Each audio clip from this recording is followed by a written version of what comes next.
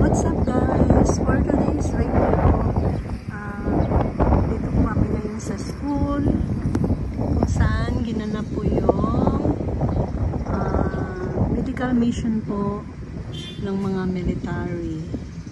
Ito po ang Southern High School ng Saipan. Ayan po, napakalawak po ng kanilang school campus.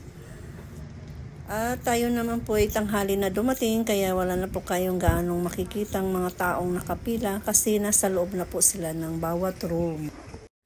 Ang mga services po nila ay naka-separate po sa bawat room, katulad po ng health check-up, eye check-up, dental check-up. Nagkakahiwalay po ang mga room niyan. Kaya dito po kami ngayon sa dentist. Magpapa-check up. Yan, nakasalang na yung aking anak.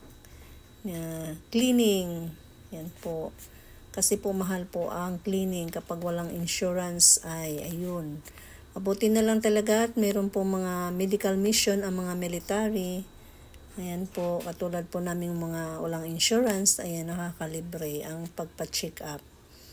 Yan po ang kanilang doktor, dentist doctor, yung wala pong takip sa ulo. Yan po. Yan. Nag-voice over lang po ako dahil may music po sa loob. At mahirap na po na mapalo ni Lolo Whitey. Magaling po ang kanilang mga serbisyo. Ayan po. Mabuti na lang po talaga at mayroong mga ganitong medical mission dahil nakakalibre po ang mga katulad kong nawalang insurance. Ayan guys, magpapakyut muna ang inyong lola.